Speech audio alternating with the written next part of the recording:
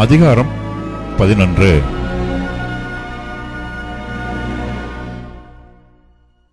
அப்பொழுது நாகமாத்தியனாகிய சோப்பார் பிரதியுத்தரமாக, ஏராளமான வார்த்தைகளுக்கு உத்தரவு சொல்ல வேண்டாமோ?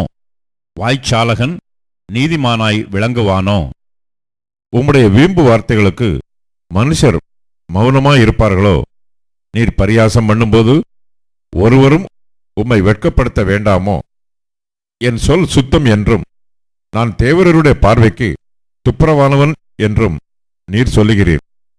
ஆனாலும் தேவன் பேசி உமக்கு விரோதமாய் தம்முடைய உதடுகளை திறந்து உமக்கு ஞானத்தின் ரகசியங்களை வெளிப்படுத்தினால் நலமாயிருக்கும். உள்ளபடி பார்த்தால் அது இரட்டிப்புள்ளதாயிருக்கிறது. ஆகையால் உம்முடைய அக்கிரமத்திற்கேற்றபடி தேவன் உம்மை தண்டிக்கவில்லை என்று அறிந்து கொள்ளும். தேவனுடைய அந்தரங்க ஞானத்தை நீர் ஆராய்ந்து சர்வ வல்லவருடைய சம்பூரணத்தை நீர் அறியக்கூடுமோ?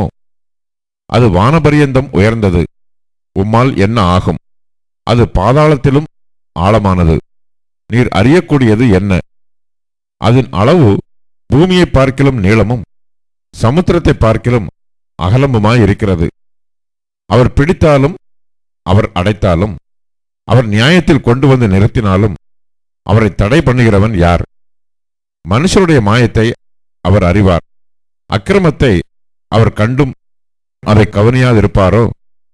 புத்தியில்லாத மனுஷன் காட்டுக்கழுதை குட்டிக்கு ஒப்பாக பிறந்திருந்தாலும் பெரு நெஞ்சுள்ளவனாயிருக்கிறான். நீர் உம்முடைய இருதயத்தை ஆயத்தப்படுத்தி உம்முடைய கைகளை அவருக்கு நேராக விரித்தால் நலமாயிருக்கும். உம்முடைய கையிலே அக்கிரமம் இருந்தால் அதை தூரத்தில் அகற்றிவிட்டு அநியாயம் உம்முடைய கூடாரங்களில் வாசமாயிருக்க ஒட்டாதிரும். அப்பொழுது உம்முடைய முகத்தை மாசில்லாமல் ஏறெடுத்து பயப்படாமல் திடன் கொண்டிருப்பீர். அப்பொழுது நீர் வருத்தத்தை மறந்து கடந்து போன தண்ணீரைப் போல அதை நினைப்பீர். அப்பொழுது உம்முடைய ஆயுசு காலம் பட்ட பகலை பார்க்கிலும் பிரகாசமாயிருக்கும். இருள் அடைந்த நீர் விடியற்காலத்தைப் போல் இருப்பீர். நம்பிக்கை உண்டாயிருக்கிறதினால் திடனாயிருப்பீர். தோண்டி ஆராய்ந்து சுகமாய் படுத்துக்கொள்வீர். பயப்படுத்துவார் இல்லாமல் நித்திரை செய்வீர். அநேகர் உமது முகத்தை நோக்கி விண்ணப்பம் பண்ணுவார்கள்.